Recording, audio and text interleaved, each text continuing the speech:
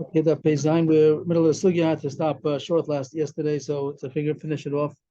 The Mishnah had spoken about on page Vavam base. The Mishnah spoke about the difference between a collective get or getting that were written separate forms on the same paper, and they them assigned at the bottom. Does that mean that only the bottom one is kosher, or they meant to sign on all of them? And the Mishnah said depends if it's a collective or not.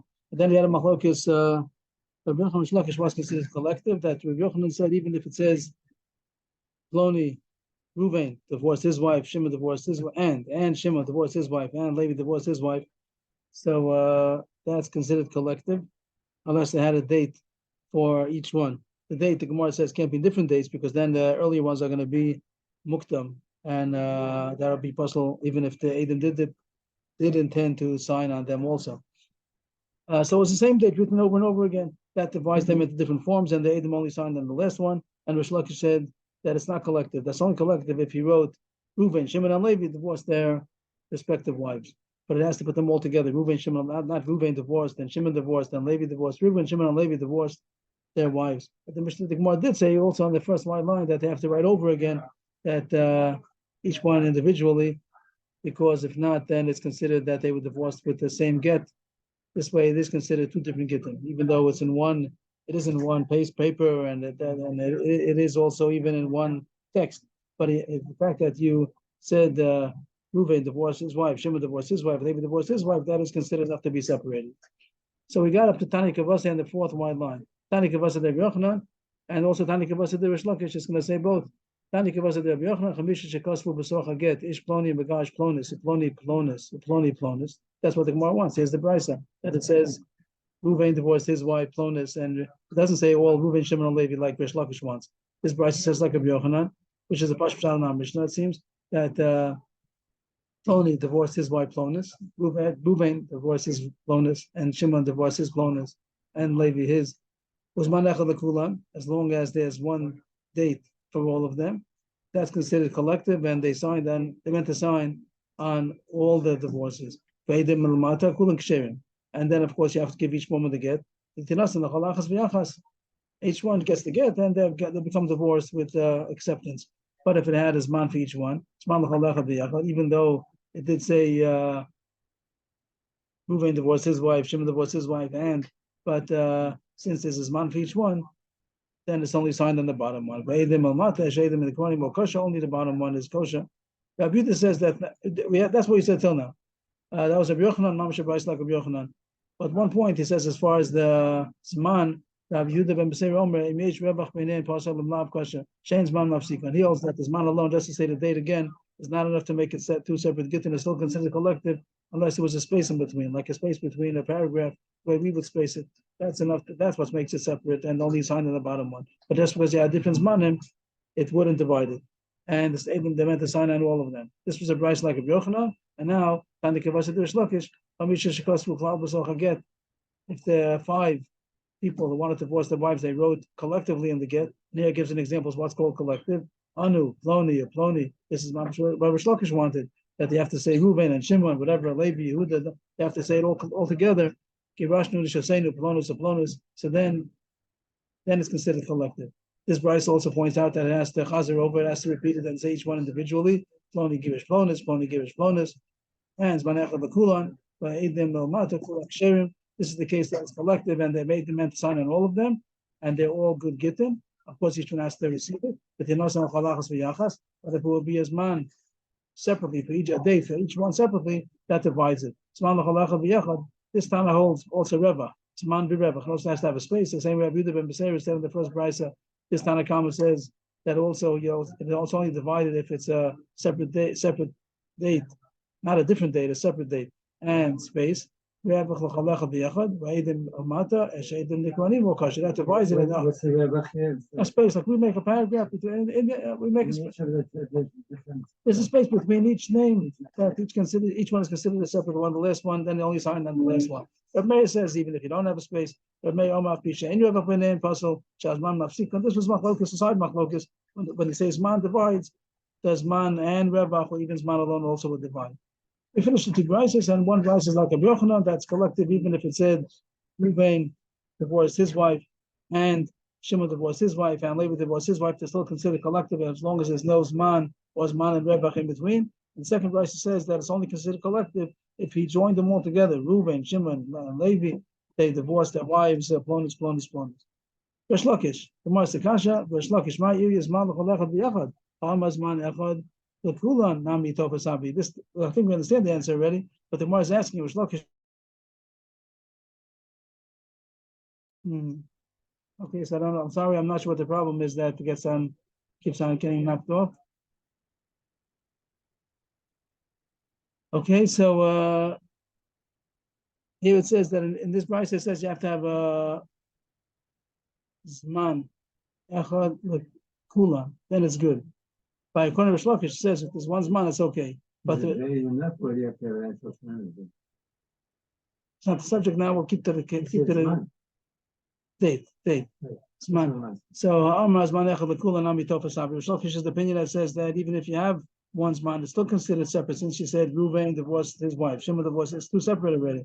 So the Brisa doesn't make sense that it talks about Zman, one Zman, two Zmanim. So here the first part of the answer. The whole problem with Shlokish was that he wrote Reuven divorced his wife, Shimon divorced his wife, David divorced his wife. That's considered separate, and it doesn't help that there's one Zman. But here the case was that he wrote Reuven, Shimon, Levi divorced their wives, and it has it over again, Reuven his wife, Shimon his wife. So then, since they collected it, they said it collectively, Reuven, Shimon, and Levi, so therefore it's considered one. And then you have to have also that this man shouldn't separate. He called the man in, since he did write them all collectively, Reuven, Shimon, and Levi, so then it's only a problem if he wrote the Zman again and again. But if he wrote one Zman and he wrote it all collectively, then it's considered one. So it means it would be a problem. Right. If you lose Zman, that separates it. It doesn't separate it.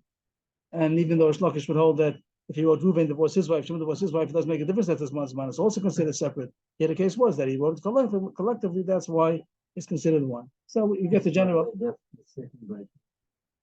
Second price is like Shlokish, right? So what do we have? That when you have, it is possible to have many Gitin, many divorces for different couples in the same piece of paper, which is a chiddush. That's not called. What the Gemara say before, because of law, but that's not a problem. You could have many Gitin on the same paper, even to write it collectively, as long as each one was enumerated. Reuven divorced his wife, Shimon divorced his wife. That's enough to be considered separate. But as all to make sure that the Eidim are signed, if the Eidim are signed, then each one is really good. But if you have one set of signatures and you want to make sure that they're referring to all the above, so Rabbi Yochanan, which is probably the halacha, Rabbi Yochanan is going to say that you have to write. Oh, Rabbi Yochanan is Mekel. You don't have to write after Reuven, Shimon, and Levi. It's enough to write Reuven divorced his wife, Shimon divorced his wife, Levi divorced his wife, and write one Zman. That's considered one collective get, and the Eidim that signed meant to sign on all of them. And that's the end of that sugya. New sugya, Mishnah. Bottom of Pezah.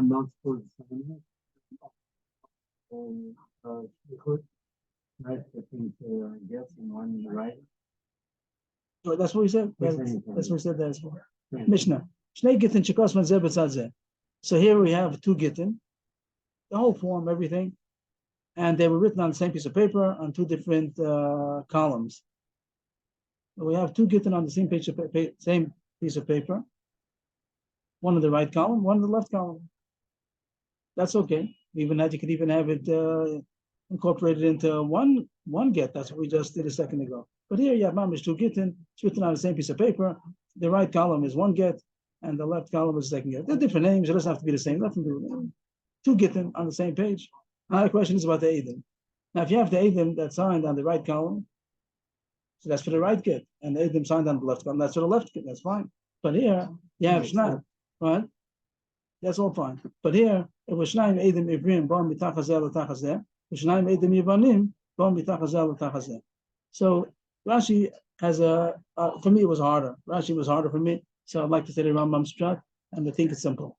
There might be some hurdle during the Gemara, maybe I didn't get everything, but the Rambam's pshat seems to be very easy. It says here there's a Hebrew and there's Greek. For our purposes, we can say English also, because Hebrew you write from the right to the left, and English or Greek you write from the left to the right. So the case over here is that you had two columns, a get on the right column, a get on the left column, and you had Eidim that signed on the bottom. And you could imagine that they ran all across. They went all across. They went. It wasn't only on the right column. They wrote their signatures under the whole page. So it went from the right column to the left column. What? Oh, it says that. So under both columns, you have all the signatures, but you have some signatures that are written in Hebrew and some signatures that are written in English. And we're going to have that they could sign in English. There's no problem to write the get in English. There's no problem to write Edom, sign the English name, their English script. But here the question is, which one are they referring to? Are they referring to the right column, the right get, or the left get? So if there's nothing else on the page, there's the Edom, right? The Edom that they signed on a Hebrew get, they wrote their English signature. So the English starts from the left side, even though the signature went all the way across the page and it's under the right get also. We have to figure out if they meant to sign on the right get. Well, if there'd only be one get, so we know they're signing on the above. Doesn't make a difference if they start from the right or from the left. Over here there are two Gitin, so it gets a little complicated. That the Hebrew that starts on the right might be referring to the right get, and English. I'm saying English instead of Greek, if that's okay. That they started their signature on the left side, maybe it's referring to the left one. So here it says, what? It went under both of them. No, you don't need the same language. You don't have to write. You don't have to sign the name in the same language as it is. They both are written in Hebrew. Both. So they decided to write in the English. You're not going to prove anything. Yes, but both Gitin were written in Hebrew. So they signed on something. Greek and English is good. What was written in Greek? Who says that? I didn't say that. That was that was talking about the signature. We can listen if I made a mistake or not. You can go back and Chaim David has recorded. No mistakes over here. Maybe I was wrong. But I meant to say that both Gitin are in Hebrew, and the signatures, two signatures are written with the Hebrew script, and two signatures were written on the English script. Two Gitin were written side by side on the same piece of paper, two columns. Two Hebrew writing, speaking, Edom were going from one under one get to the other get. Means that it covered the whole page, both columns. Which now Edom Yavan doesn't mean that they're Greek Goyim. They're Jews, but they wrote their signatures in Greek, in English.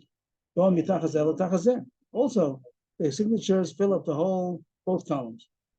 So which one is kosher? You might say both of them are kosher. So it says Only the one at the top Edom are read together. It means the right one. The Hebrew signatures are start from the right, so the right get is kosher, and the left get is not kosher because we don't know that we have Edom signed on it. And the Gemara is going to wonder why not. How you have Edom on them also? You have the second two Edom started from the left side.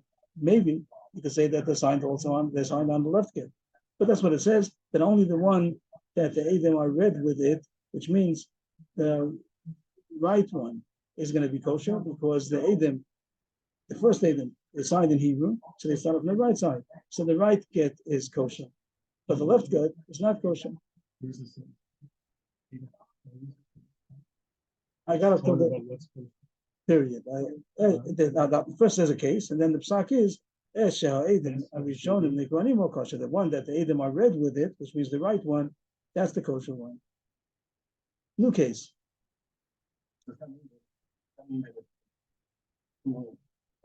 Greek was first, they would be kosher. Right. If the two Greek will be first, and then the left one will be kosher, and not the right one. But I say Greek instead of English. Is that better? Okay. If everyone's new case. They alternated. First you had a Hebrew signature, then an English signature, Hebrew signature, English signature. And also they go under the whole get, or go whole page, both Gitin. Then we don't have any get, then neither is kosher. Also has to be explained why. Why not? Okay, that's the Mishnah. So first of all, you see Agav was taken for granted that you could sign in a different language. That's not the problem.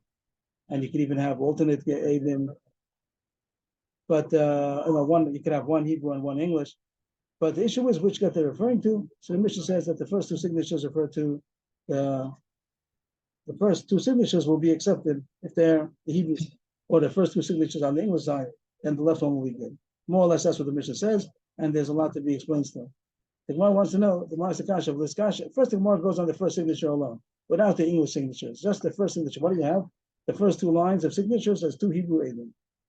And the Gemara said, that's only good for the right one. It doesn't cover the left one. And the Gemara, because it's written in Hebrew from the right to the left. So and the Gemara's going to right, right. Hebrew, So the first two signatures only refer refer to the right get. The Gemara is asking that we should maybe, even with the two first lines of signatures, we could make both of them kosher. For the Skasher Hai Reuven, the Hai Ben Yaakov Eid. Let's say the name is Reuven Ben Yaakov Eid. That was his signature. We should see over there maybe two signatures, as if he signed two times. One, he wrote Reuven. That's how he signed his name in the first one. And then he went to the second column and he wrote Ben Yaakov Eid. Ben Yaakov is also a way to sign your name. Reuven Ben Yaakov can sign his name Reuven Ben Yaakov, can sign his name Ben Yaakov. He could sign his name Ben Yaakov.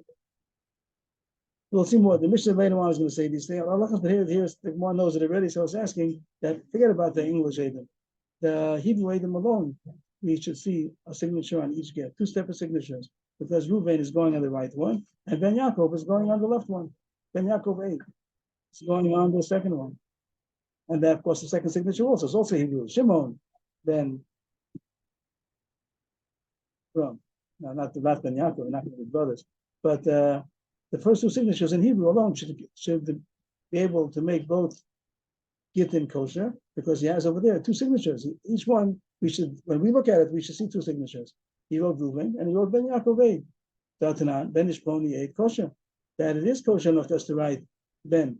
He doesn't have to write his name. He can write his father's name. Someone writes Ben Yaakov Eid is enough to be kosher. So how come we don't see over here two signatures? The same person signed his name twice.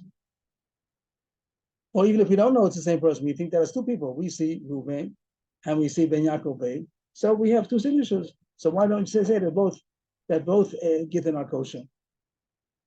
The Gemara says you're right. In this case, it would have been kosher if you'd be able to see Reuven under the first get and Ben Yaakov Eid under the second get. So he signed. You can assume that he signed on both Gitin, but he didn't do like that because of Reuven Ben Akama, Yaakov Eid Basra. That the way it was divided between the two Gitin, he didn't write just Reuven on the first one under the first get and Ben Yaakov Eid on the second one. He wrote Reuven Ben, and then Yaakov Eid was under the second one. So all you see on the second one is only Yaakov Eid. You don't see Ben Yaakov Eid. You see Yaakov Eid. You see Reuven Ben, and you see Yaakov Eid. That's why it's not kosher. Otherwise, it would have been kosher. But what's the problem? Yaakov Eid is also a nice signature. So the Skasher Hai be Reuven Ben. So the Skasher Hai be Yaakov Eid. Datanan Ishponi Eid kosher. That you don't have to write your father's name. If you just write Yaakov Eid, it's also kosher. So again, you have two signatures. You have one Reuven Ben, which is interesting. Reuven Ben. Maybe he meant to say, okay, Reuven's son, whatever. He wrote Reuven's son, Reuven Ben. And the second one, he wrote Yaakov Eid. So we should see that there are two signatures over here. Of course, Yaakov didn't sign. It was Reuven Ben Yaakov that signed. But we don't know that. We just see a signature that says Reuven Ben. And the left get it says Yaakov Eid. So why is that not kosher enough? The answer is the low cost of Eid. That he just signed Reuven Ben Yaakov. And we're going to see that Reuven Ben Yaakov is also enough of a signature. When you write you and your father's name, you don't have to write Eid. So when he wrote his signature, he wrote Reuven Ben Yaakov. But when he divided it, so it's going to say Reuven Ben, and it's going to say Yaakov. To say Yaakov alone is not good enough. Here the Gemara says, what the Gemara is going to say later, that you can't, it's a Mishnah, I forgot if it's a Mishnah or a Gemara, that you can't just write your name. You just write your name, you have to write Eid. Right, so first that's the kasha. But the one at the beginning says Reuven, even before that, but the Gemara says Reuven, and then Ben Yaakov Eid, the first Gemara is kasha, so we could have stopped right there, that Reuven alone is not good enough. Here the Gemara says Yaakov alone is not good enough. Reuven, so first has the kasha on the top, and he says that here we would see in Reuven we would see Reuven ben Yaakov, but we'll also see ben Yaakov. But over here that you only have Yaakov at the end, so Yaakov alone is not going to be good enough. So we're learning a lot of halachas about signatures that you could write your name, you could write your father's name, you could write both names. If you write only your name, you have to write A. If you write Reuven ben Yaakov, you don't have to write A. If you write only your name, you do have to write A. What? No good?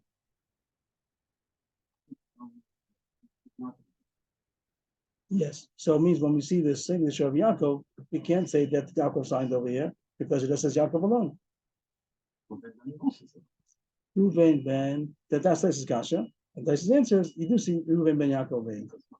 Because you means as far as that, you will continue the line, but as you'll see Reuven ben Yaakov, you even say 8 over there. Okay, so Reuven ben Yaakov. For that, the Gemara would have been happy. The Gemara says you divide that. What if the Gemara answer to that? That was the kasha in the beginning, and the Gemara says Reuven ben and Yaakov, and that's why it's not good. And still doesn't explain Reuven. Everything should be good. And the Gemara says that you didn't write 8 or 10. So the case is that only was Reuven ben Yaakov. So the second one is not going to be good with Yaakov alone. If you would have written Ben Yaakov, is Ben Yaakov good enough without having 8?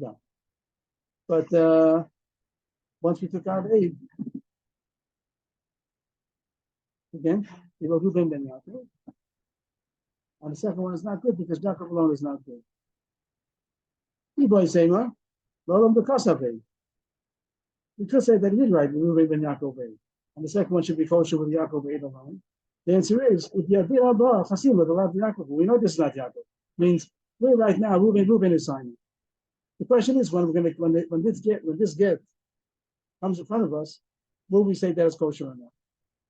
In 5 years, whatever, we see the get. So it's true that we might have said that it's kosher that Yaakov signed on the second one. Yaakov really didn't sign on the second one, but it looks like he did. So let's say that it's kosher because really Reuven signed on it. And we can assume that Yaakov signed on the second one. Reuven ben Yaakov. Yes. And the one wants to know why both of them not kosher. Not kosher with that signature. You have to see why is the second one not kosher? Why is the left one not kosher? Let it be kosher with Yaakov A. The answer is we know that Yaakov didn't sign on this one. Didn't sign. We know it's not Yaakov's signature. Yeah, Gitin Chasima, the love Yaakov. We know that the signature is not Yaakov's. So we're not going to say it's kosher because the only thing is Reuven is one who's signing. And Reuven didn't sign on the left side. He only signed on the right side.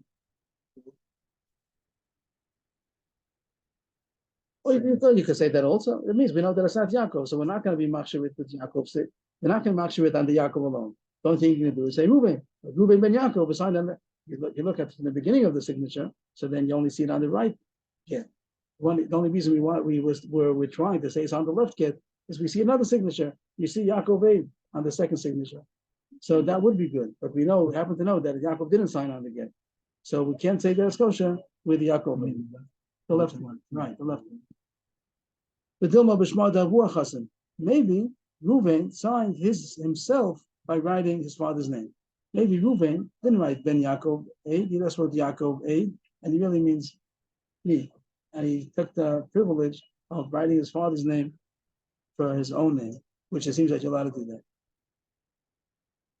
It seems that if someone would want to sign somebody else's name, he could. That's the way he signs his name. We're going to see in a second that it can make all kind of designs and scribbles as you want to. It's also considered a signature. You could even write a different name if you want to, as long as that's your signature. It's your hand script. So maybe Reuven signed on the second one the name of his father. And Reuven, it's true, it's not Yaakov. We know that it's Reuven. But he signed his father's name for his own signature. The Gemara says people don't do that. People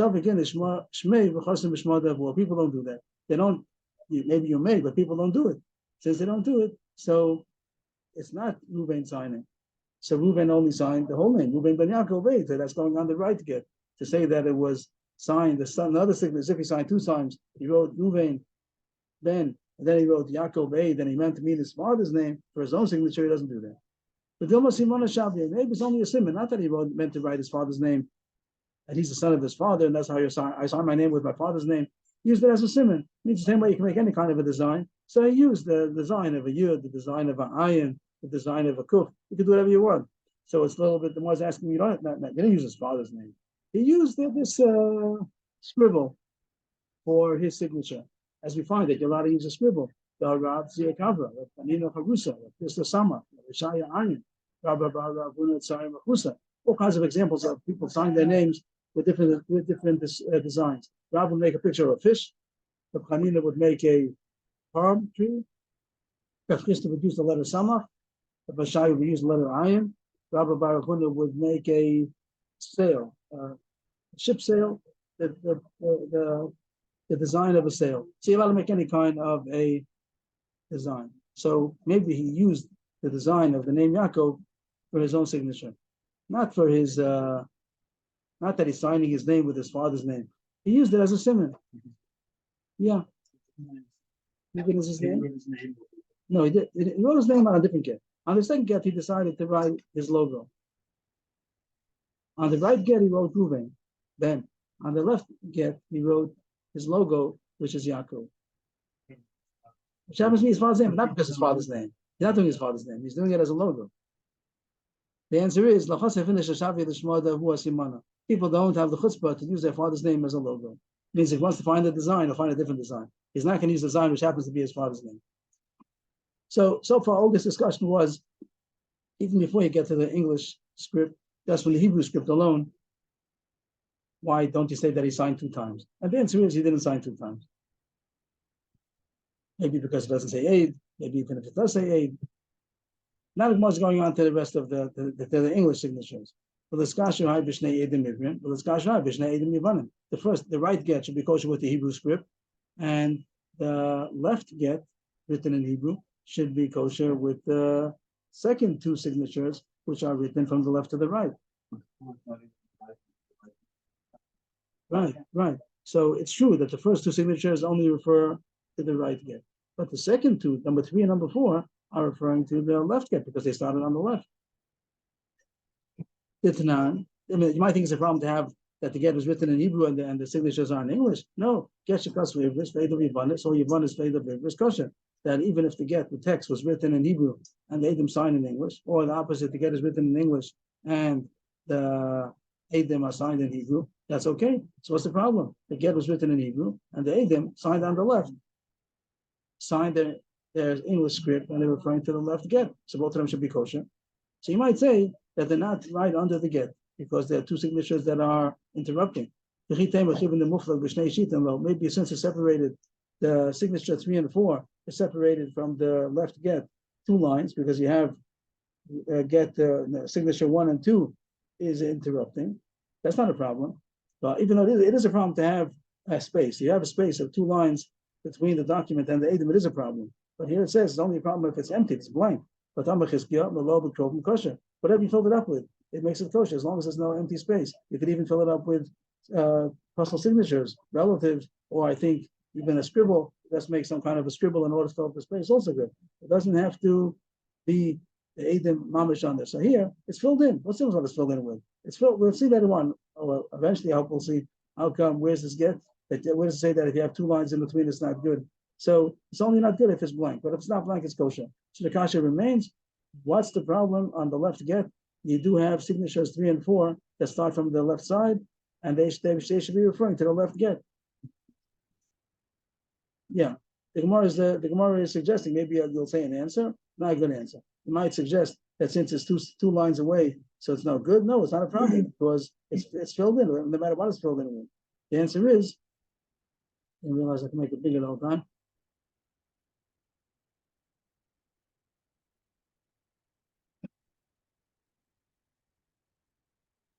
Tani Ziri. So first of all, the Ziri does say over Bryce that both of them are kosher against our Mishnah. And he says, Takaris, why is it kosher? Because you have signatures 3 and 4 are kosher. So the Brisa does hold that it's kosher. But it doesn't answer the Mishnah. The Mishnah says that the second one is possible. But Tanadi done, how come he holds that the second one is not kosher? Dilma Gundal is chasim. The Kulu Akatu the Chasimi. Maybe they all signed on the right one. So what does Gundalis mean? Rashi says that a lefty is called a Gundalis. It doesn't mean Afka right and left over here, according to Rashi. Rashi has different shot. But the point is to say that he did it the abnormal way. Anything is abnormal is called Gundalis, Rashi says.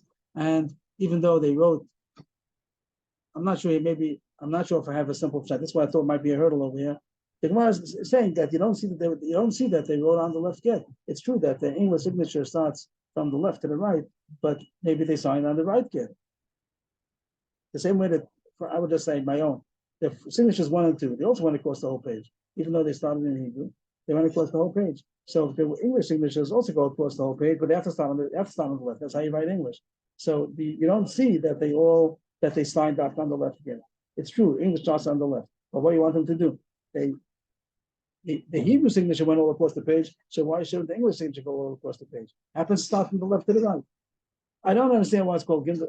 According to this, what I'm saying, I don't understand what Gundalis means, like something abnormal. Rashi has all different shots in the whole Gemara. Rashi, I'll just say Rashi. If Rashi doesn't learn that Yavanim, that they wrote from left to the right, he doesn't go into that. That's the Rambam's plot. Rashi just says that usually we write Ruvain ben Yaakov means Ruvain, the son of Yaakov, and in Yavanis they would say the father's name first, the son of. So Ruvain ben Yaakov would mean Yaakov, the son of Reuven. A little bit like we would say, Abramson means son of Avram. So someone Yaakov Abramson, you would write Abramson Yaakov. That's how you do a lot of times. You write Citron Avram. You write your last name, then you write your first name. And the last name of those days was the father's name, son, the son of the father. So you write Yaakov's son, Abram's son, Levi's son, whatever you do. And then you write your first name. So that's Rashi learns the whole sugya, that when you write in Yavanis, you're writing from the right to the left, but you're writing the father's name and then your own name. And that's how Rashi learns the sugya. The Rambam seems to be saying Yavanis style, but right. And Gundalis here, Rashi says, means that here he wrote it not the normal way, means here he did write his own name first. And all of them are going from the right to the left. And the Rambam, I didn't put too much. I was by myself. I don't have Chabrusa these days, so I just understood the Gemara like this, but I don't understand why it's a Gundalis. Like if I'm saying a pshat, is that even the signatures are south from the left to the right, they might be referring to the right get also. So that's why the top get, the first get is good. I guess that's the pashtus maybe, that get is written in Hebrew and the signatures are under them. The start on the right side, that's really kosher. But the left one, to say that it's kosher because of the English signatures, we're not sure that they signed on the left. Maybe they're also signing on the right. But I do agree that Gundalis means something. I'm not sure. But the Gemara's answer is we don't know that the signatures 3 and 4 are referring to the left get. Maybe they're referring to the right get. That's why it's not kosher. Something. Next Mishnah said, you could have Hebrew signature, English signature, Hebrew signature. No, it doesn't say. It says that if you have that, then none of them are kosher. And the Gemara says, why not? Why can't the first one be kosher with the first and second signature, which is Hebrew and English, and then the second one should be kosher with third and fourth, which is again Hebrew and English. You could have two signatures, one in Hebrew, one in English. That's not a problem. So the fact that 1 and 2 are Hebrew and English is not a reason why it should not be good. But the Chayei Gemara is answered already from the answer we just said a second ago, that we're not sure which direction they're signing in. Here the Gemara is assuming in the Kasha that the English signature is referring to the right get, not the way we learned before. So I'm confused over here. But the Gemara wants that the first one should be kosher with signatures 1 and 2, and the second one should be kosher with signatures 3 and 4. Because you do find in the Mishnah you can have two different language script signatures. The answer is that first of all, Tani Zivi Shem. Zivi does have a verse that argues in our Mishnah and says that they are kosher. But our Mishnah doesn't. Means the logic, yeah, you're right, that the logic has somebody else like that. But as far as our Mishnah that says that it's not kosher, Tana Didan, so here the Gemara doesn't say exactly as before. Before it said maybe all of them signed on the right way. Here the Gemara says maybe 3 out of 4. Dilma maybe did sign on one get, and only one on the second get. I'm not sure what's happening. I'm not sure why the Gemara doesn't say maybe all 4 on the right get, or maybe all 4 on the left get. You don't know which one it is. So here the Mishnah says both of them are possible. If you alternated Hebrew, English, so then you don't know at all. So I would have thought that Gemara was going to say maybe all of them are on the right, maybe all of them are on the left. I'm not sure. But the Gemara does say maybe 3 and 1. Maybe 3 of them signed on one yet, and only 1 on the other one. You don't know which one it is. So therefore both of them are possible.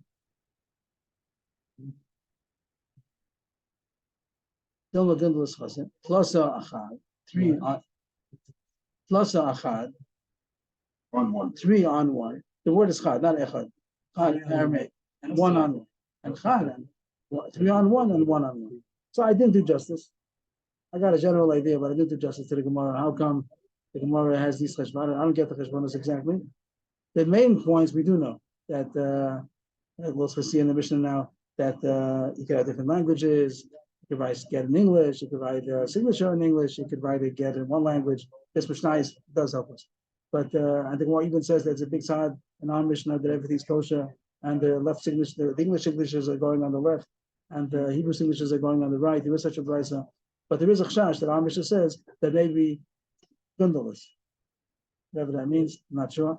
And also by the case of alternating signatures, there is a brisa that says that everything's kosher. And it seems that the first 2 will be going to the right, and the 3 or 4 on the left.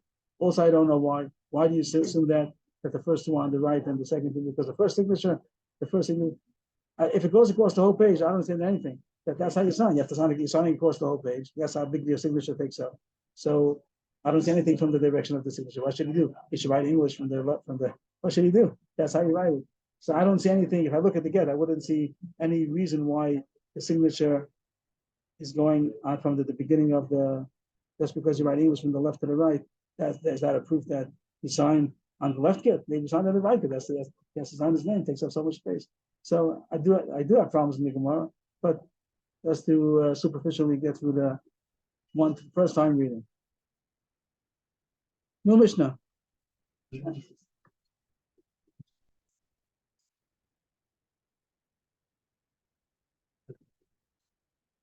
Right.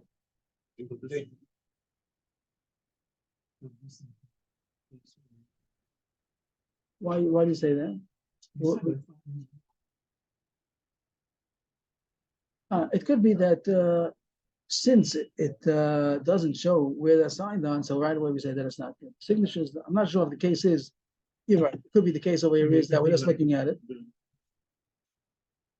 It could be since we can't tell from the get what they're signing on, so even if she got it, maybe we know that she got it, but since in the signatures you can't tell what they're signed on, so it's not a good signature. Not only that later on you don't prove it, maybe it's not a good signature because we don't see what it's referring to. So inherently it's not good. Not just that we don't know if you're divorced now. We tell the woman you're not divorced because the signatures are not clear where they're going on.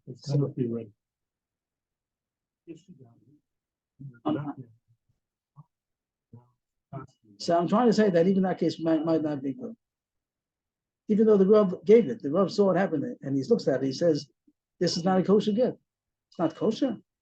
Maybe it's not kosher because you can't tell from the signature what they're signed on. Since the signature doesn't show what it's signed on, so it's not a good signature.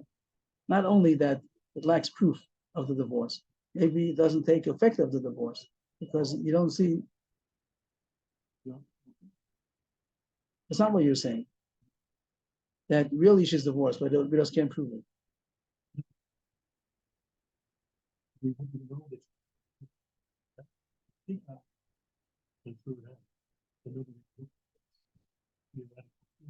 But she's really not divorced, even though she thinks that she is. Okay. Any puzzle get. I don't know if I'm saying is true. Maybe the Mishnah only means to say that we can't prove that she's divorced, but she really is divorced. We just don't know what happened. I'm not sure if the Mishnah means to say that the Mishnah does sound like it's puzzle. It doesn't sound like we don't know that she's divorced. It sounds like it's not a good get. She's really not divorced. I think the woman wants to be married, You have to be there. Force guests to have a document from bedrooms to divorce. Right, now, and the Gemara didn't have that, I think. She used to keep the get, she used to keep the get, right. But then nowadays, they don't want the woman to keep the get, so they do tear it up right away, and they just give her a document that she's divorced. They give her like a mice of Besden, authorized that she's divorced. Yeah. And then they, you know, then they tear it up. If you're lady with Kasi, then you don't need them at all. But even if you're lady, it's true. Maybe. And also, you don't know which one it is. It's not worse than if they're no Edom at all. And no Edom at all, the Lezer says is also kosher, just speaking of Olam, that you should be able to verify it. Maybe since you don't know how to verify it, so maybe that takes away from Tikkun Olam, but the father it's not going to be worse than if it has no signatures at all. I don't know. And we passed like a Belazar. We had yesterday's Gemara, Belazar Gitin, so it shouldn't bother us, but here, yeah. We have a lot of Mishnahs like Rameir that comes out, they didn't see. But the Gemara on Paskin yesterday, they has Edom Masira Council. I don't know. And what do we have here? All the numbers it does say all these does have these things but seem to be worth Allah. So I don't know. If you hold Edom Masira Council, we shouldn't be so concerned with this if I don't know the answer to your question. Okay, next Mishnah. She mitzah. When it is good, but everything should be saying, and it doesn't say anything is no good.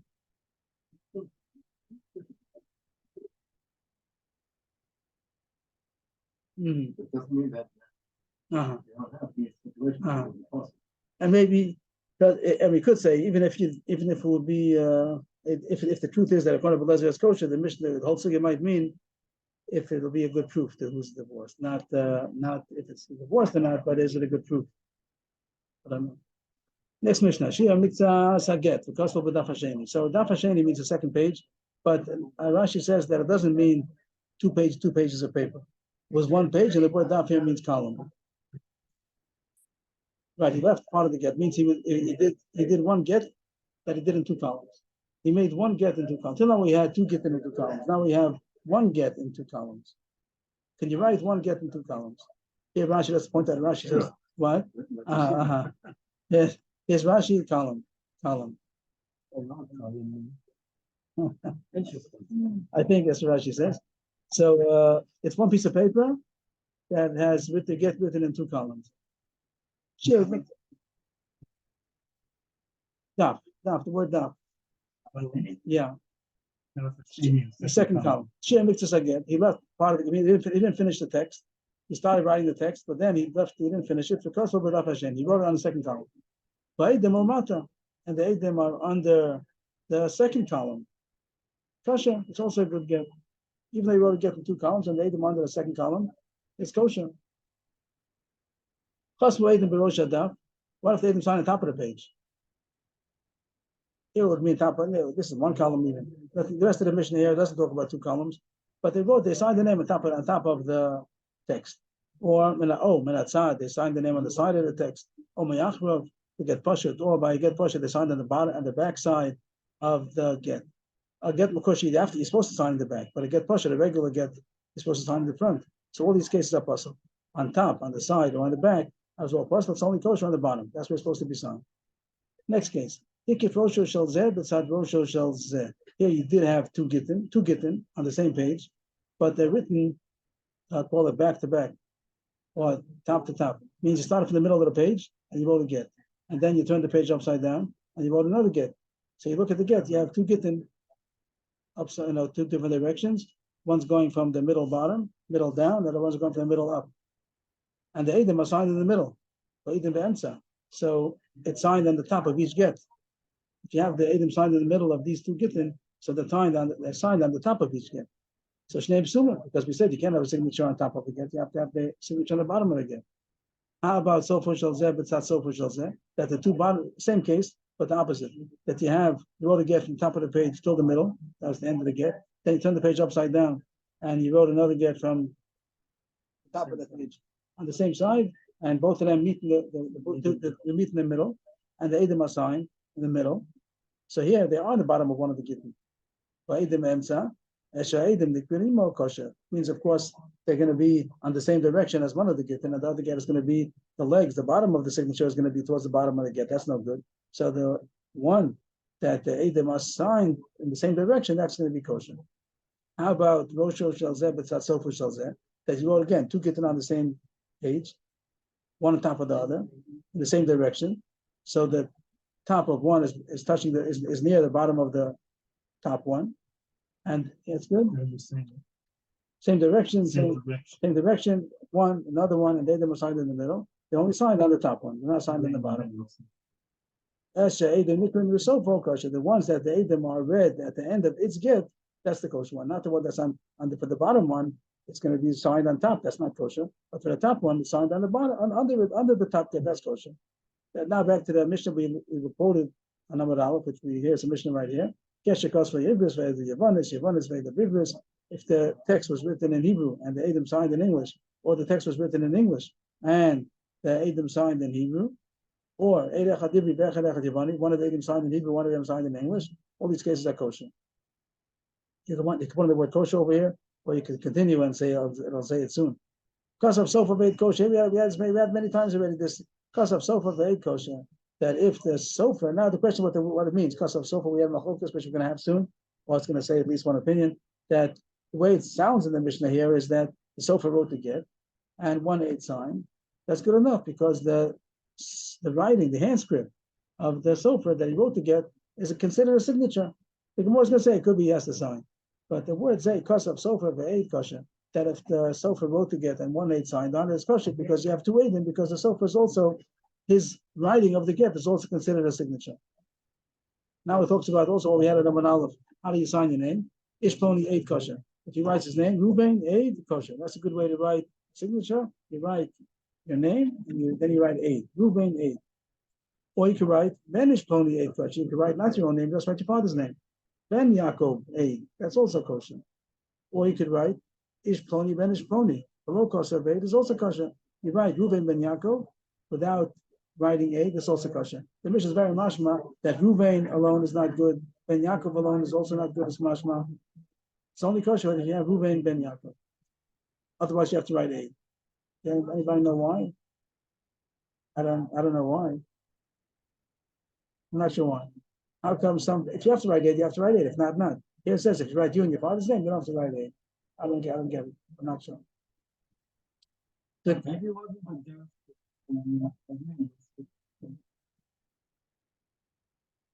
You wouldn't write your full name only for this. Okay. That's what particular, how would you say? These are like the Chashuvim of Yerushalayim. They used to write like that. So what did they write? They didn't write 8.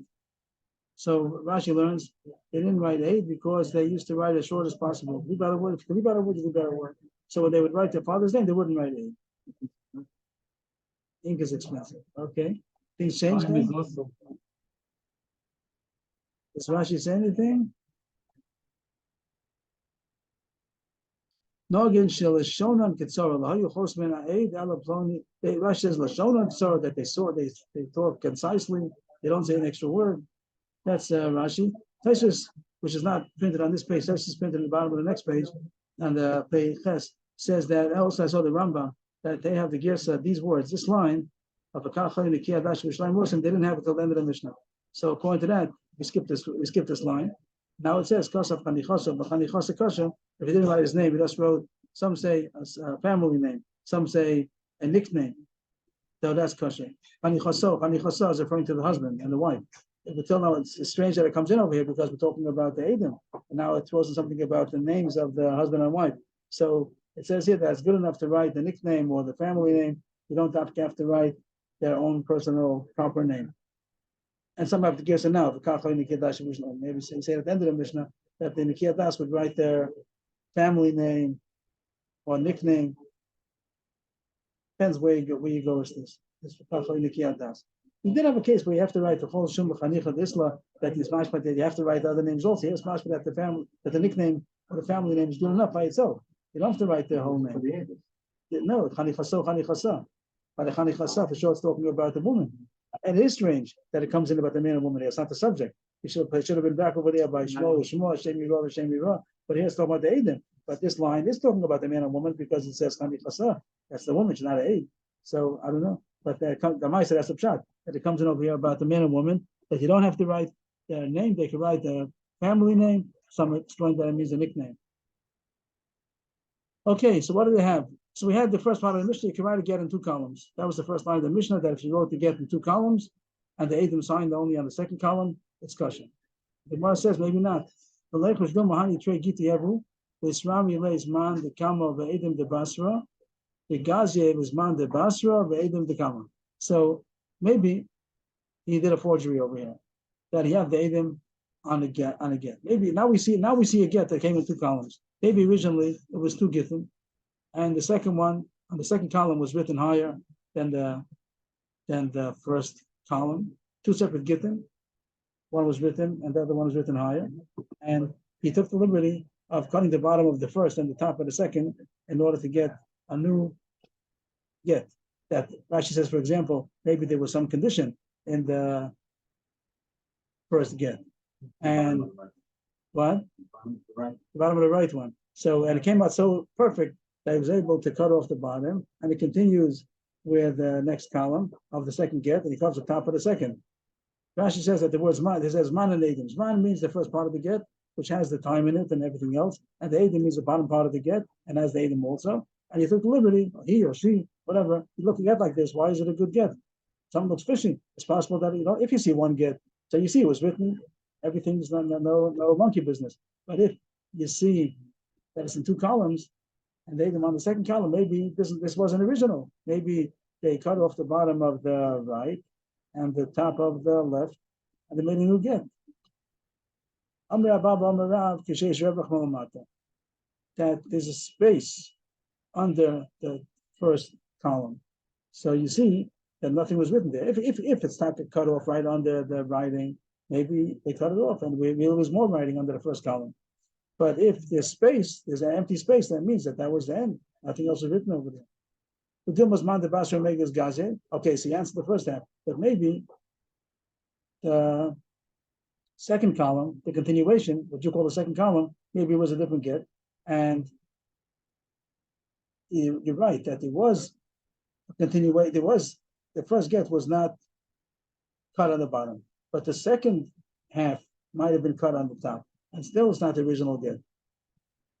The answer is same thing as we said a second ago. We could do again. Just said a second ago. That we know that the first get, the right column was not cut because there's a space under it, blank.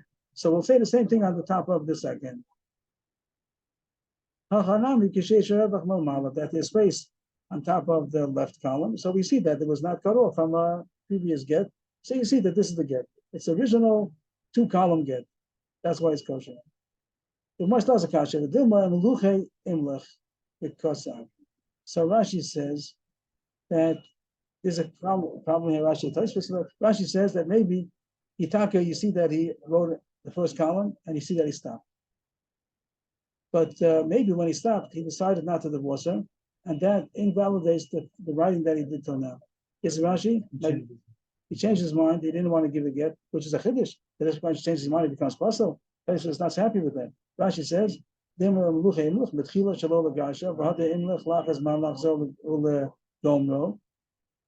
right. Everything looks, so we see that it's one get, that there was no cutting out over here. But the fact that it's in 2 columns, that gives us room to think that he stopped writing and he decided not to give it, and that puzzles whatever he wrote. And then when he continued writing on the next column, the first part is still butter. So Rashi says a big chiddush. Why should that be puzzled? That's because he decided not to use it. The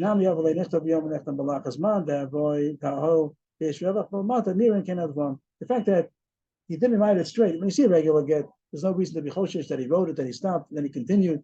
It means theoretically, according to Rashi, if he would have stopped in midway and decided not to give it, then he changed his mind, he's going to give it, and he continued where he left off. Also, it's very possible, but no reason to be choshesh. You see a get straight, nothing arouses suspicion. But if you see that it's written in 2 columns, it arouses suspicion that maybe he was about to the first hand. Tais has a problem with this Rashi because where do you find that such a thing makes it possible? Here's the contrast, the Vidilma. Because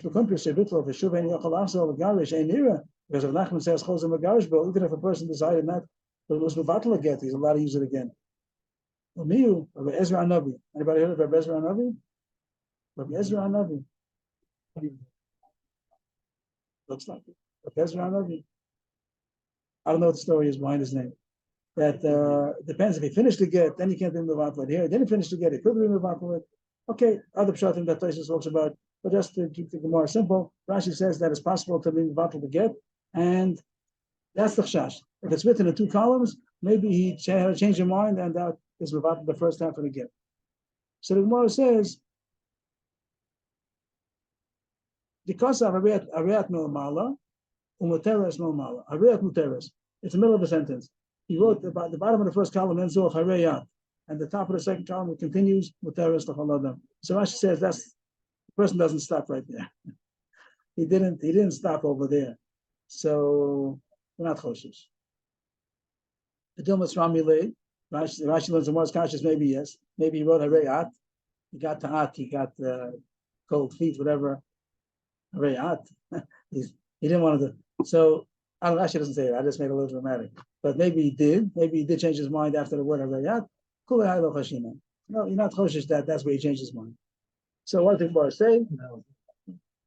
That also we assume that it's one get, and even though it's written in 2 columns, it's kosher. You're not choshesh for all these things. But you do have to. You do have to.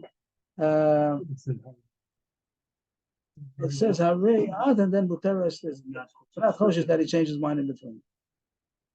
And right, Tosfos points out you still have to have that the space under the top, bottom, on the bottom and on the top, or else choshesh that he cut, that was cut out. So I'm not sure. Rashi says that you could tell. I think I say my own terrors and then try to put into the Gemara. Let's say nowadays we have a paper, we know that it's not cut out because we have A4, A5. If you have we have standard paper. So that answers the question also. We see that it was not cut off. If it goes to the bottom of an A5 and then it starts the second column. So we know that it was not cut off. We see that's just as good as having a blank space. So similarly, Rashi says that when you used to make parchment, so you had to stretch it, and there was noticeable when whatever you attach to the cloth in order to be able to stretch it.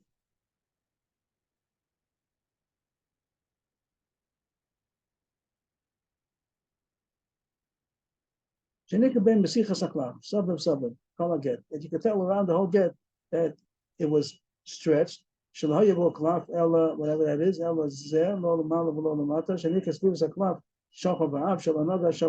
can tell that it wasn't cut. That you have to tie stones to the the circumference of the cloth in order to stretch it out. So I think that all the Gemara is answering that you see that there's no chash that he cut it out. It's just answering the question. You see that it's not cut. Similar to what our stretch line. So we know that it was not cut. That's just answering. You don't have to say that space on the bottom, space on the top. We see it was not cut. And our paper is the same thing. You know that it was not cut because no, that's a standard size. Okay. Our paper is less than a right. Less than a right. We know that it's A5, A4. We know what our paper looks like.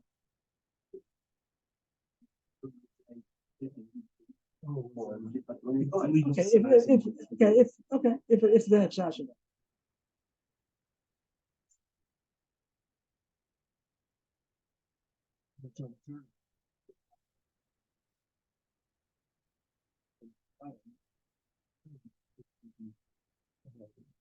Purposely left one. That nobody could fill it in. Yeah. Cannot fill it in. To say a story, and that's the similar stories that he said Chaim Kanievsky had a stroke, and afterwards they wanted to see if his mind is working. They asked him to write something. So naturally, people would sign their name. He didn't sign his name; he wrote something else. So they said, "Why didn't you sign your name?" So he said, "Because the Gemara says you're not supposed to sign your name. Someone might fill on top of it. So I owe you. I owe you." So he got his mind back. Boy, he never lost it. We can go further. Over time, we can go further. So we had that the Eidim have to sign under the document. They can't write on top of the document. It says also you can't write on the side, on the top, or on the back. Rav used to sign his name on the side. But Rav used to sign his name on the side of the document. That's Rav. If you do it, that the top of the signature is facing the document, that means you sign your name sideways. You write your name sideways. That's okay. Because you see that the signature is going on the document. But if you write your name in the same direction as the document on the side of the document, that's not kosher. So Rav, that he did a signature on the side, he did it sideways. And that's the way to say it, sideways. He did it on the side, sideways. So, yeah, no, God. She, that's the prefix. God go. The word is God, bishe, God go. When it's God, is God go, the roof of the signature is towards the document. Mishnah says that if you have two Gitin in the same page, and they started from the middle, and each one wrote down, one wrote up, and the signature is in the middle, it's not good. But he's saying in Chiddush that even on the side, if it's the roof of the signature is facing the document, is okay. So over here, that roof of the signature is facing one of the documents, even though it's, I don't know, what's more I want, that the bottom one should be good, the top one should be good. The one that, again, in the middle of the page, one document goes down, one document goes up, and the signature is in between. So one of them should be good. The one wants that the one that's upside down, the one wants that, let's say, the top part of the paper, which has the document written upside down, and his signature is not upside down, means that the roof of the signature is facing the top of the document, should be kosher. The same way you say that the roof of the signature is facing the side of the document, it's okay. So the roof of a signature that's facing the top of the document also should be good. Yeah. Again, he has. This is the document, and he signed upside down. The roof of a signature is facing the document, so it's okay. If you say it's good on the side, you should be good on the top also. I'm not sure if the Gemara means that. Maybe I made a mistake. Rashi. Yeah, Rashi says like that. The more answers.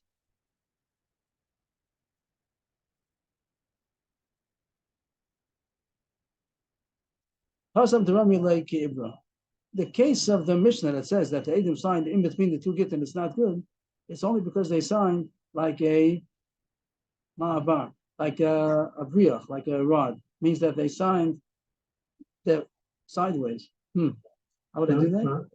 Up to down. Like a rod. Up to down. Yes. So the get. So we don't know which one it applies to.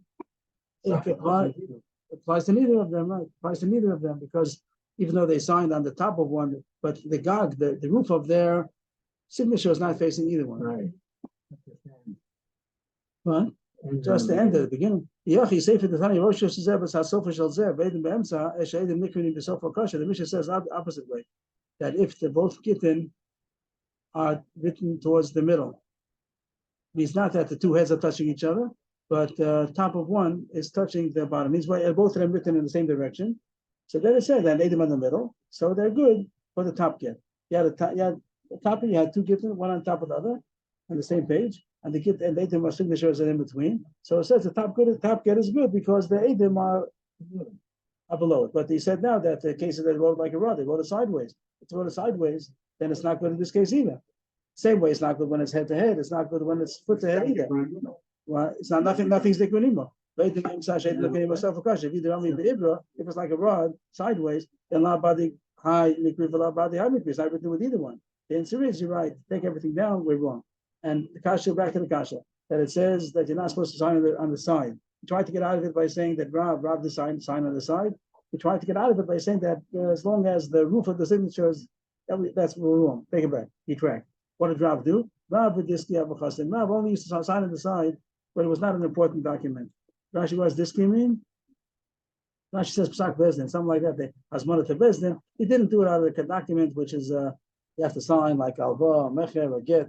then he didn't sign. You have to sign at the bottom. But something which just he needed an unimportant signature, then he was signing on the side. He wasn't marked to write on the side. That's okay. But if they sign at the side, it's not kosher, even if the roof of the signature is facing the document. The Gemara continues. Get your cost for Ibris, cost of sofa for 8 kosher. We had a couple of times already that it seems to say in the Mishnah that if the sofa wrote the text and the aid signed, it's good enough. But Rabbi Yirmiyah, Chasam Sofa Shaninu, no, it's not good enough if you wrote the Ksav. The sofa has to sign also. If the sofa signs and you have another aid, then it's kosher. But if the sofa just wrote the text, it's not kosher. This is only going to be good according to Rabbi Yossi. So Rashi reminds us, Rabbi Yossi means, what's Rabbi Yossi saying? So that reminds us of the whole sugya that sometimes there's a chash to say that if the Baal, the husband, would have instructed shluchim to get going, and they tell the sofa to write and tell to aid them, phony and phony to sign. So if the sofa is allowed to sign, then there's a chash that they're going to be embarrassed of him. But why didn't the husband be mechaber the sofa to sign? And they're going to be embarrassed. They might tell the sofa to sign that he wasn't authorized because he only authorized. So you must hold that meaning the shliach. So there's no chash. The husband tells why he has to say directly. You can't tell somebody, you tell him, and you tell him. He has to do it himself. So there's no chash that they will do different than the instructions of the husband. But this Gemara is going that if the sofa just wrote the text, that wouldn't be good. There is a mandama that said yesterday that kasam sofa shaninu, but our Gemara holds kasam sofa shaninu, that it wouldn't be good enough if the sofa just wrote the text and one aid sign, he has to sign. And if you hold that, you only say it's kosher if the husband doesn't have the ability to give instructions to shluchim to tell the people to do things, because then there'll be a chash that he would have tell the sofa to write and 2 other aidim to sign, and he's going to be the shliach might be embarrassed that the husband was not mechaber the sofa, and he'll be mechaber the sofa, and there's no good. Story. There's a ksuba, a chasin's ksuba that came before Abba they have yadi lay the tofsa of the chasinus yada the chatzada. They recognized the script of the sofa and the signature of one of the aidim. It sounds like they were 2 aidim, but they didn't recognize it. They wanted to verify the ksuba with the hand script of the sofa and one signature. Savah like our Mishnah says, because of sofa veda is good enough. No, that it's not good. There's no such thing. Just the sofa wrote the text doesn't mean anything. It's only if he signed, and it wasn't signed over there. We said family name. was Gitin ad Yudoros. So I'm not sure, but how they used to use a family name. But I guess that's a shot over here that they used to keep the family name for many generations. Nowadays, of course, it says many generations. Here it says till 10 generations, you could use the Chanicha Savos. It could be that it wasn't as common as today, that this is his family name. But he's using it, the family name, of once upon a time. Not everybody uses it.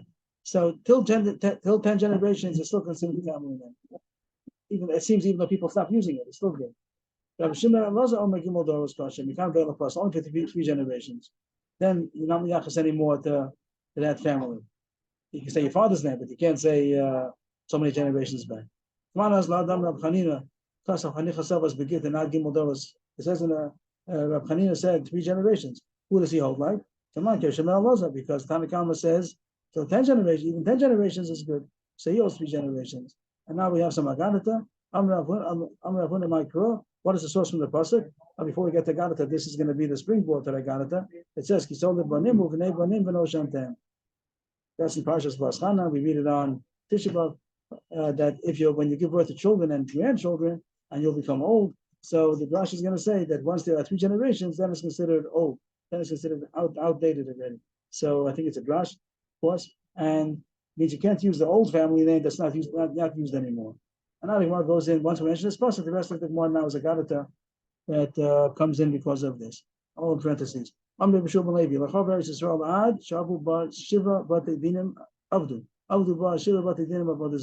Yisrael wasn't destroyed until there were 7 families. He calls it Batei Dinim, 7 families that served the Avodah Zarah. So it's going to list the names of the Jewish king. I don't know. Rashi says that it's going to list over here that Malchei Yisrael, the kings of Yisrael, not the Malchei Yehuda, they were corresponding Yudah kings at the same time, but it's listing the Yisrael families. And Rashi seems to say that as long as it was a family, it's not called another king, even though many did avodah zarah. Yeravam's son, I have the list over here. Yeravam, after him, his son was Nadav. Then there's going to be Basha, he had a son, Elah. So it doesn't count that for two because it's still the same family. Why is it called Batidinim? I don't know. But there were 7 families that did avodah zarah, and then the Churban came. Elohim, Yerav ben Nevat, and also you could say his son. That's considered the same family. Basha ben Achia, and his son you could say also. Achav ben Amri. Rashi points out that Amri was before Achav. Amri was also a king. It was Amri, Achav, and then Chazia and Yoram. It's all one family. The reason why he picks Achav, Rashi says, because he was the most wicked, so it calls Achav ben Amri, even though the family started before him. And Yehu ben Nimshi, which also had many generations. That they also did avodah zarah. Pekach ben Rumalyo, Menachem ben Gadi, Hoshea ben Elam. And that was 7. And then the Churban happened in the days of Hoshea. How come? What do you want from 7? Shenemar Umrullah Yeled Asa Shiva, Nafchan Nafsha, Ba Shimsha, Ba'od Yaman, Bosha V'Chapeva. A pasuk that says the word Shiva. Umrullah Yeled Asa Shiva. The one who gave birth to 7 is cut off. So the 7 is going to mean the 7 families. Rashi asked some kashas how it doesn't say, oh, there are more. Rashi asked the kasha, doesn't say some more generations. So he says they didn't rule too long. Maybe other tibbets are unnecessary. So there are 7 families that did avodah zarah, and then the Churban came. Okay, means that the families were doing din like that. Does Rashi say anything? Zayin Batidinim, Zayin Mishpocha Shamulachim Malchi Yisrael. Hanach Malchi Yudah Lo Chashiv Shai B'Meyam Shal Elu. Having Kebezdin Echad. So again, it doesn't mean one family. It's got Mishpocha Echad. The reason why it doesn't call Yehuda, Rashi's bothered, because over there it's one family. It's all Yehuda. But by Yisrael, that it changed families, so then you say, but why is it called a Bezdin? I don't know.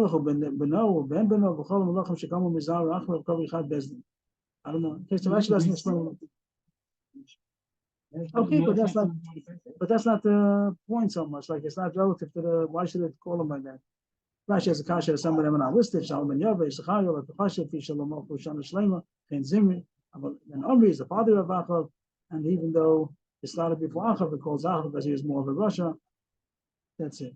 So Rashi doesn't explain why it's called a Bezdin. That's the name of the king of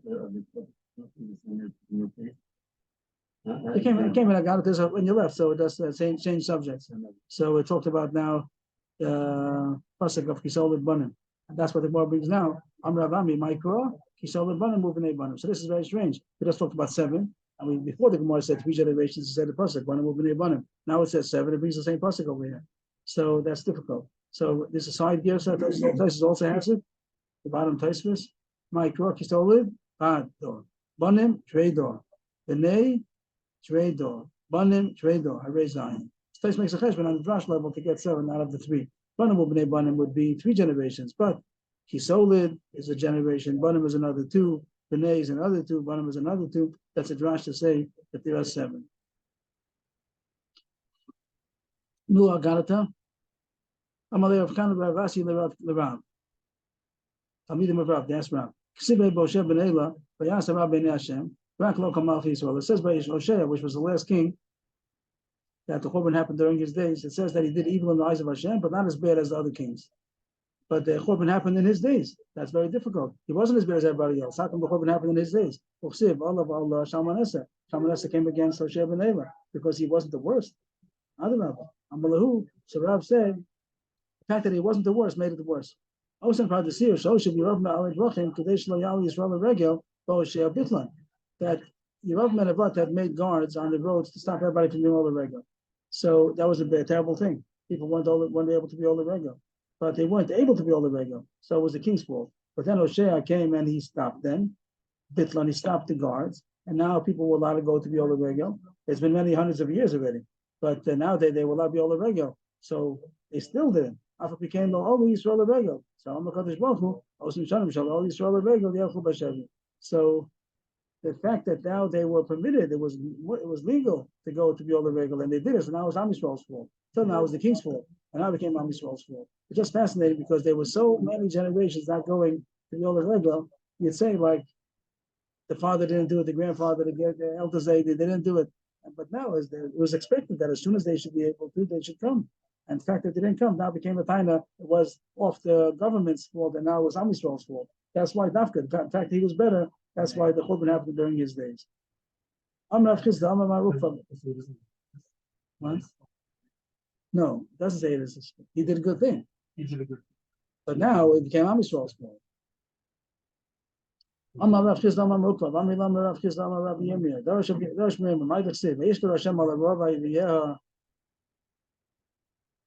Aleinu. First white line. Kitzatak Hashem Elokeinu. It says that Hashem, he hurried the evil and brought it upon us because Hashem is righteous. So that's the kasha. If Hashem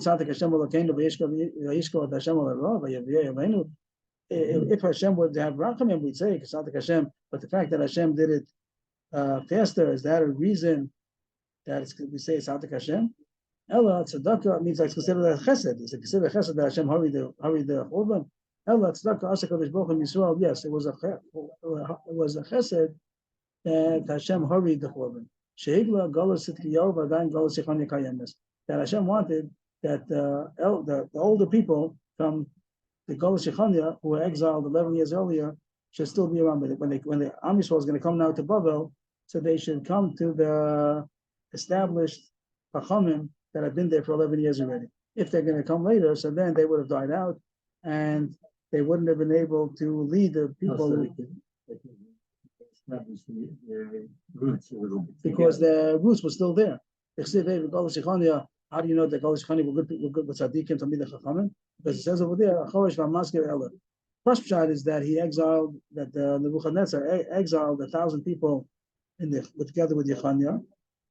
So the carpenters and the locksmiths, but the Gemara says no. People. When they spoke, everybody else was quiet. What does Mazger mean? When they closed the subject, nobody else was able to open it up. So these are Tamid Chachamim. How many were there? They're not real professions. It's a remnants to a Tamid Chachamim. They came with Yechanya. Rashi says so great, but they did not know something. I said, well, when they close the subject. Rashi says they closed it because they don't know the answer. If they don't know it, then nobody knows it. If they said something, then nobody else was able to argue with them. If they don't know it, nobody knew it. So these were 1,000 Tamid Chachamim that came with Yechanya. So Hashem made that the Golus Sitkiyo shouldn't be dragged out too much longer than 11 years, because then they wouldn't be around anymore. So yes, it was a chesed that Hashem hurried the Golus of Sitkiyo. Ulama Sheikdim Shtei Shanim Levino Shantem. That Hashem made the happen 2 years before Beno Shantem. Beno Shantem is Matthew 852, and it's the Matthew numerical value 852. Which word? Beno Shantem, the last one on the page, and it means that it says over there he sold the banim with Bnei Banim Beno Shantem Ba'aretz. Over there it says Abei Tabdun. Rashi begins on the end of the pasuk Abei Tabdun, that it says you're going to be old in the land and you'll do Avodah Zarah, so you're going to be destroyed. So Hashem didn't want that to be Mekuyim. If they would have lasted 852 till the Gzera of Beno Shantem, then they would have come to the decree that they should be destroyed. Hashem didn't want that to happen, so Hashem made that they shouldn't finish the Beno Shantem. They got exiled after 850 years, not 852. And the Gemara does 2 more lines in the next page. No, that goes before. If you look on the Gemara, the 3 lines up. The pasuk says Achorish v'Masger Ela.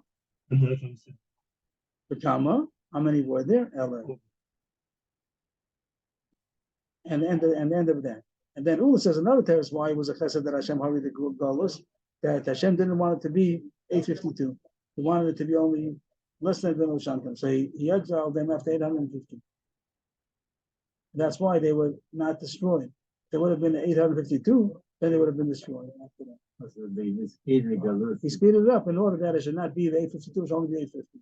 And the one ends off on the top of the next page.